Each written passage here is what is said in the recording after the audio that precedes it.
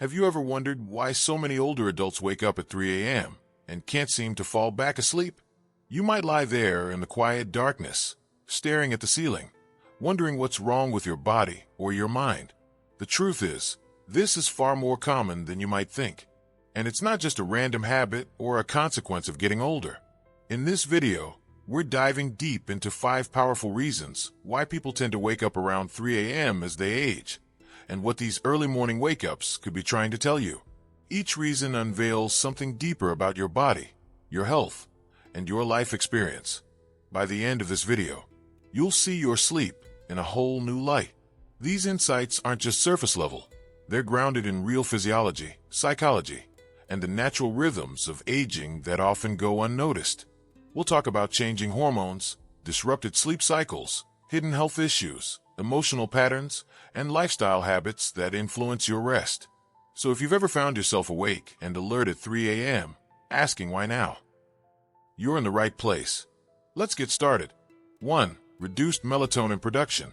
One of the clearest reasons older adults wake up in the middle of the night, often around 3 a.m., is the natural decline in melatonin production that comes with age. Melatonin is the hormone that regulates our sleep-wake cycle. Often called the body's internal clock, it plays a crucial role in helping you fall asleep and stay asleep. When you were younger, your body likely produced a strong, steady amount of melatonin every night that allowed you to enjoy long stretches of deep, uninterrupted sleep. But as you age, your body gradually makes less melatonin. This hormonal shift can significantly affect how soundly you sleep. You might still fall asleep easily at night, especially if you've had a busy day or a relaxing evening. But by the early morning hours, 2 a.m., 3 a.m., sometimes 4 a.m., your natural supply of melatonin might dip too low to keep you in a restful state. This means you might wake up, not because of a loud noise, a dream, or a specific thought, but simply because your brain is slowly shifting back toward wakefulness. Without enough melatonin to anchor you in sleep, your system starts reactivating. This isn't something you're doing wrong, and it doesn't mean your body is failing. It just means your internal chemistry is changing with age. What's more, the environment you sleep in can make this effect worse. Even small amounts of light, like a street lamp outside the window, a blinking alarm clock, or a hallway light, can suppress melatonin production. As you age, your body becomes more sensitive to these environmental triggers. Take Harold, for example. He's 72 and used to consider himself a great sleeper. But recently, he's been waking up around 3:15 a.m. every night, wide awake and alert. He doesn't feel anxious or worried, just fully awake. Once he understood that this was tied to melatonin, not some mysterious sleep issue, he started making small changes. He now avoids screens for at least an hour before bed, keeps his bedroom pitch dark, and takes a short evening walk to reinforce his circadian rhythm. These small shifts help signal to his body that it's still nighttime. And while he still sometimes wakes up early, he no longer fights it. He works with it. That's the power of understanding your body. Once you know that these wake-ups aren't your fault, but part of a natural chemical process, you can take back control. Instead of frustration, you gain compassion. Instead of helplessness, you make smarter choices. 2. Shifted sleep cycles and advanced sleep phase. Another significant reason older adults wake up around 3 a.m. is due to a natural shift in the body's internal clock, a phenomenon known as advanced sleep phase. As we age, our circadian rhythms begin to shift forward. This means we tend to get sleepy earlier in the evening and wake up earlier in the morning. You might notice yourself dozing off during a late-night movie or waking up without an alarm at dawn, even when you don't want to. This shift isn't just about changing habits. It's biological. In your younger years, your body's rhythm might have aligned with going to bed at 11 p.m. and waking up at 7 a.m. But as you age, that rhythm can slowly slide forward. You might start falling asleep at 9 p.m. or even earlier. By 3 a.m., your body has had its full cycle of rest, and it's ready to wake up. It can feel frustrating, especially if your daily routine, family life, or personal preferences don't line up with this new schedule. But again, this doesn't mean there's something wrong. It means your internal clock is simply ticking on a new time zone. There's also a quiet psychological factor to consider. Many older adults live in quieter homes or alone.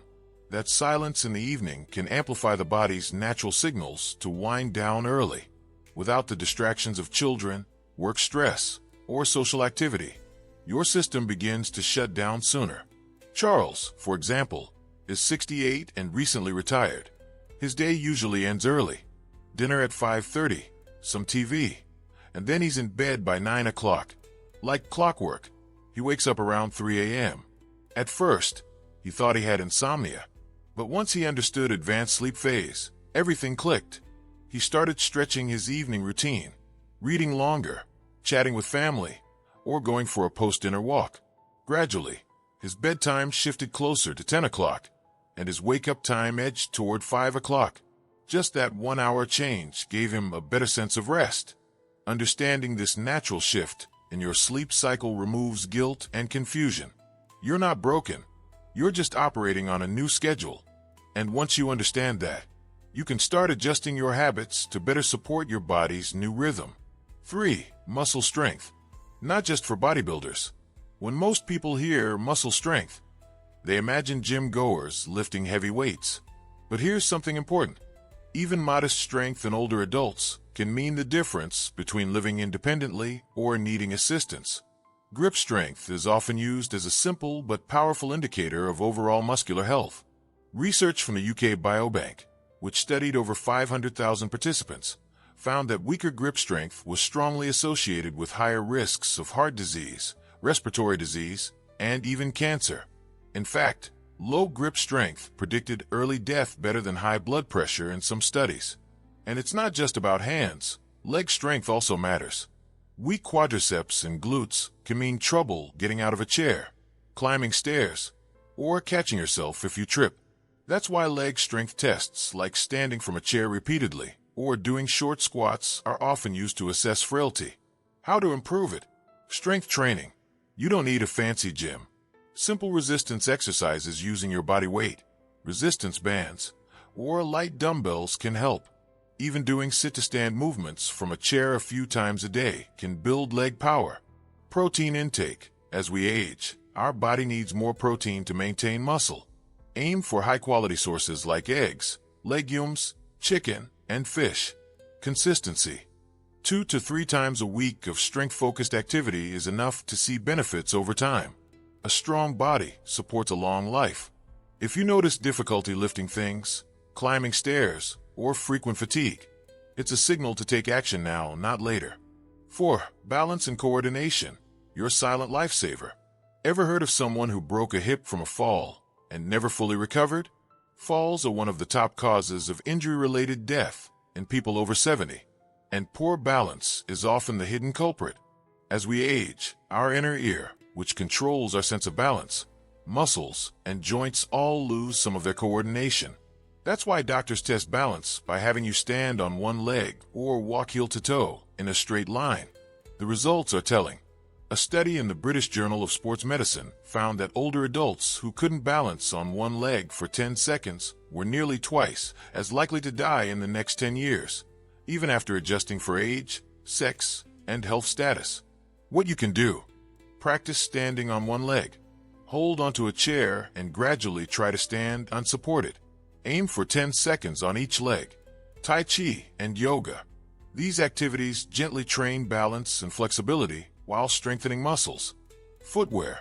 Supportive shoes with good grip can significantly lower fall risk. Balance is often overlooked, but it could be the difference between a long life and one cut short by an avoidable injury. 5. Sleep quality. More than just rest. You've probably heard that good sleep is essential. But did you know that sleep patterns can predict mortality? In older adults, both short sleep, under 5 hours, and long sleep, over 9 hours, are linked to higher mortality. And fragmented, poor quality sleep, where you wake up frequently or don't reach deep stages, can be just as dangerous. Why? Poor sleep is linked to inflammation, weakened immunity, and cognitive decline. People with sleep apnea, for example, have a significantly higher risk of heart problems and early death. Red flags to watch: taking more than 30 minutes to fall asleep regularly, waking up multiple times each night, still feeling tired after a full night's sleep, Tips for better sleep. Stick to a routine. Go to bed and wake up at the same time each day. Limit naps, especially in the afternoon. Create a calming sleep environment. Dark, cool, and quiet. Avoid screens an hour before bed. A peaceful night's rest is more than comfort. It's a biological repair system that fuels longevity. 6. Appetite and weight loss. The quiet signal. Losing weight without trying might sound great to some, but in older adults, unintentional weight loss is a major warning sign. After 70, appetite often declines due to changes in taste, smell, or digestion. But if you're losing weight without trying, especially muscle weight, it could signal chronic diseases like cancer, depression, or digestive issues. According to the Journal of Gerontology, losing more than 5% of your body weight in 6 to 12 months is associated with increased mortality, especially when it comes with weakness or fatigue. What to look for? Are your clothes fitting more loosely? Have others commented on your weight or appearance? Have you unintentionally skipped meals or had less interest in food? What helps? Eating small, nutrient-dense meals more frequently, including calorie-rich healthy foods like nuts, dairy, and avocados. Consulting a doctor if you notice sudden appetite loss. Your body talks to you through these changes. Listening to it could save your life. 7. How you handle stress. A hidden lifespan booster. Stress kills, literally. But it's not the stress itself. It's how we respond to it that makes the difference. Studies show that people who believe stress is harmful to them actually suffer more health problems. Meanwhile, those with high stress who view it as a challenge they can handle tend to live longer and healthier lives. Stress increases cortisol, which in high doses harms your heart, weakens your immune system, and accelerates aging. But when managed well, even chronic stress can become a source of resilience. Signs of poor stress response.